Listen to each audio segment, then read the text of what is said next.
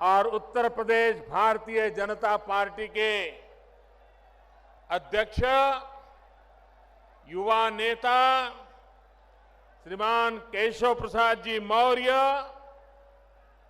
हम सबके मार्गदर्शक, भारतीय जनता पार्टी के वरिष्ठ नेता आदरणीय डॉक्टर मुरली मनोहर जोशी जी, केंद्र में मंत्री परिषद के मेरे साथी साध्वी निरंजन ज्योति जी,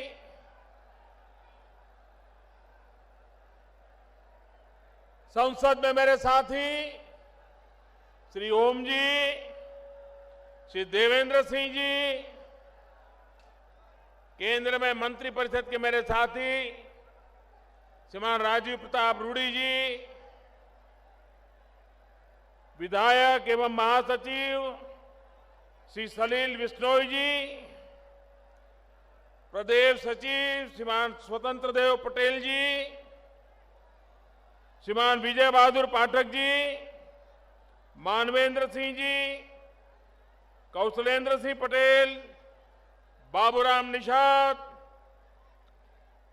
श्रीमती कृष्णा पासवान जी, प्रकाश शर्मा जी, सुरेंद्र मैथानी जी, अरुण पाठक जी, राहुल अग्निहोत्री जी, सत्यदेव पचौरी जी, श्रीमती अनीता गुप्ता जी, श्री रघुनंदन भदौरिया जी, रामशरण कटियार जी, सतीश महाना जी, श्रीमान हरद्वार दुबे जी और विशाल संख्या में पधारे हुए मेरे प्यारे भाई और बहनों,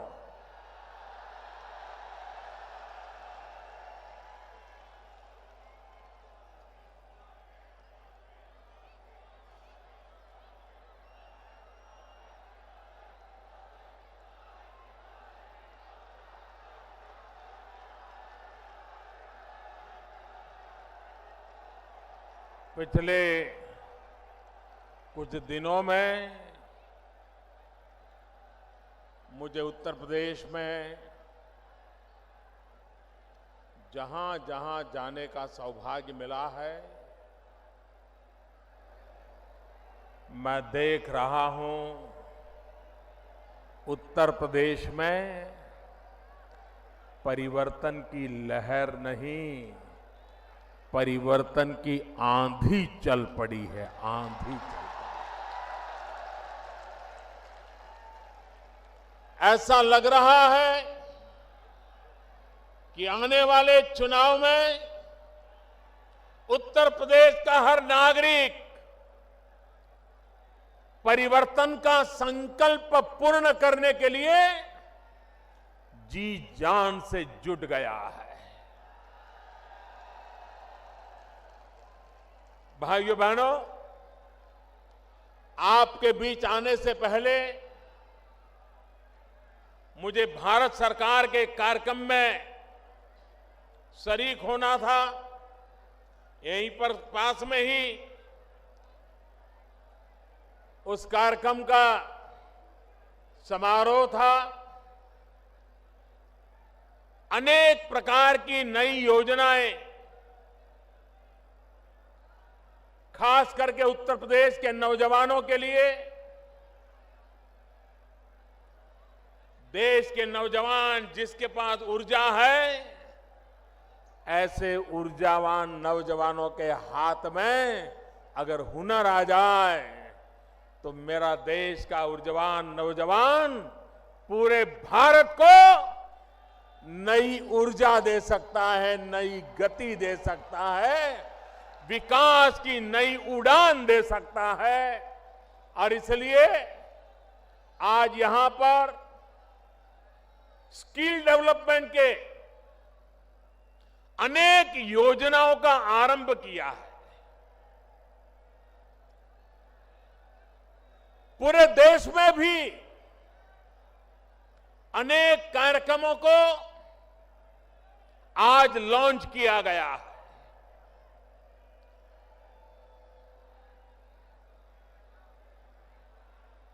देश और दुनिया में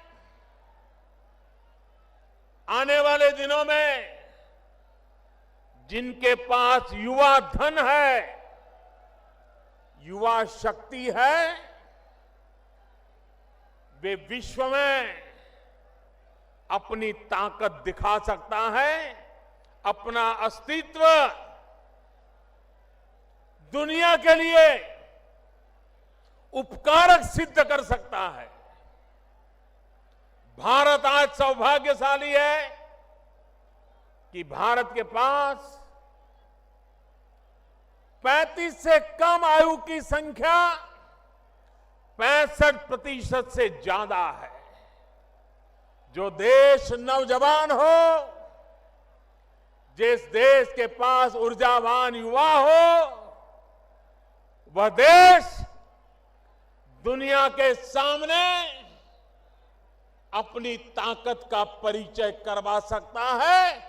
लेकिन वो तब संभव होता है जब उसके हाथ में हुनर हो, काम का अवसर हो, देश में गति हो, विकास की उड़ान हो।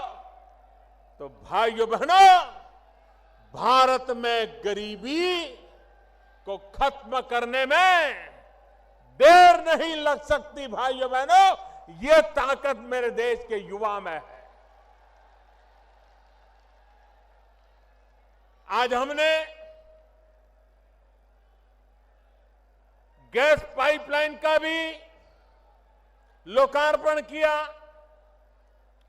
बिजली के लिए एक सबस्टेशन का भी लोकार्पण किया। ये प्रोजेक्ट एक प्रकार से ऊर्जा के प्रोजेक्ट है, एनर्जी के प्रोजेक्ट है। ये प्रोजेक्ट भी आर्थिक बदलाव लाने में ऊर्जा का काम करते हैं। भाइयों बहनों, आपने देखा होगा, ये उत्तर प्रदेश का अधिकार है, ये उत्तर प्रदेश का गौरव है कि उत्तर प्रदेश ने देश को स्थिर सरकार देने में बहुत बड़ा योगदान दिया है। 30 साल तक देश में स्थिर सरकार नहीं थी। समझौते से गाड़ी चल रही थी, निर्णय नहीं होते थे। पूरी देर एक को संभालो तो दूसरा नाराज, दूसरे को संभालो तो तीसरा नाराज। वो अपनों को संभालने में लगे, देश को संभालने के लिए उनके पास समय नहीं था, देश को संभालने के लिए उनकी प्रायोरिटी नहीं।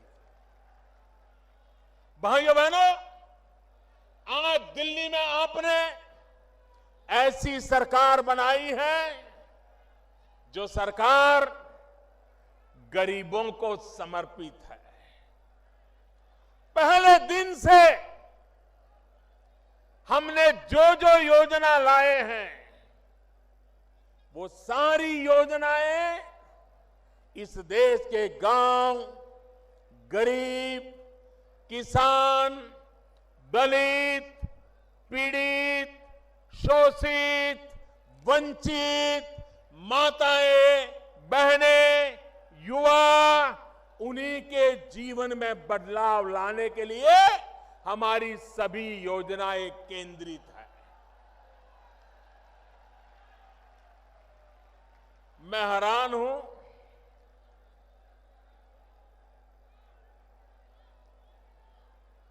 एक तरफ हम देश को भ्रष्टाचार से मुक्त कराने की लड़ाई लड़ रहे हैं, काले धन से देश को मुक्त कराने की लड़ाई लड़ रहे हैं। हमारा एजेंडा है भ्रष्टाचार बंद हो, हमारा एजेंडा है काला धन बंद हो, लेकिन उनका एजेंडा है संसद बंद हो, संसद बंद हो, संसद बंद। पूरा महीना संसद चलने नहीं दी। ये संसद क्यों चलने नहीं दी भाई? पार्लियामेंट में चर्चा क्यों नहीं की? राष्ट्रपति के कहने के बाद भी हो हल्ला करते रहे, नारे बुलाते रहे। ये इसलिए करते थे कि जिन मुद्दों पर सरकार चर्चा चाहती थी, इससे वो भाग रहे थे, डर रहे थे। अब तक जिन्होंने सरकारें चलाई हैं, उनके लिए हिसाब देना जरा महंगा पड़ रहा था और इसलिए संसद में हो हल्ला करो, नारेबाजी करो, स्पीकर महोदय पर कागज के टुकड़े फेंको, यही काम करते रहे। अरे म्युनिसिपैलिटी में चुने हुए लोग भी ऐसा व्यवहार करने से पहले 50 बार सोचते हैं। देश की संसद को, उसकी गरिमा को अपने राजनीतिक स्वार्थ के लिए चोट पहुंचाने का प्रयास, मेरे देशवासियों, ये बातें सामान्य नहीं है, गंभीर है। देशवासियों को समझना होगा। संसद पहले भी रुकती थी, संसद में पहले भी रुकावटें आती थी, लेकिन तब रुकावटें आती थी क्योंकि विरोधी दल मिलकर के बेईमानों के खिलाफ लड़ाई लड़ना चाहते थे, घोटालों को उजागर करना चाहते थे, घोटालेबाजों को सजा मिले इसकी मांग कर रहे थे और इसलिए कभी कभी संसद में व्यवधान आते थे। पहली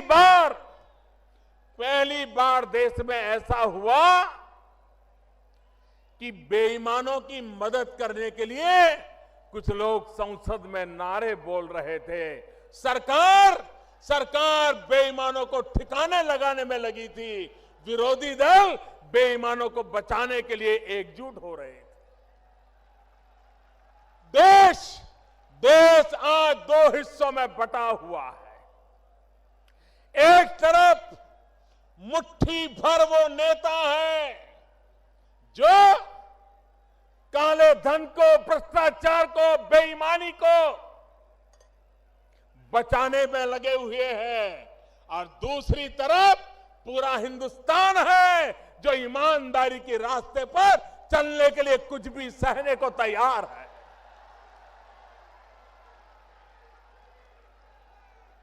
भाइयों बहनों,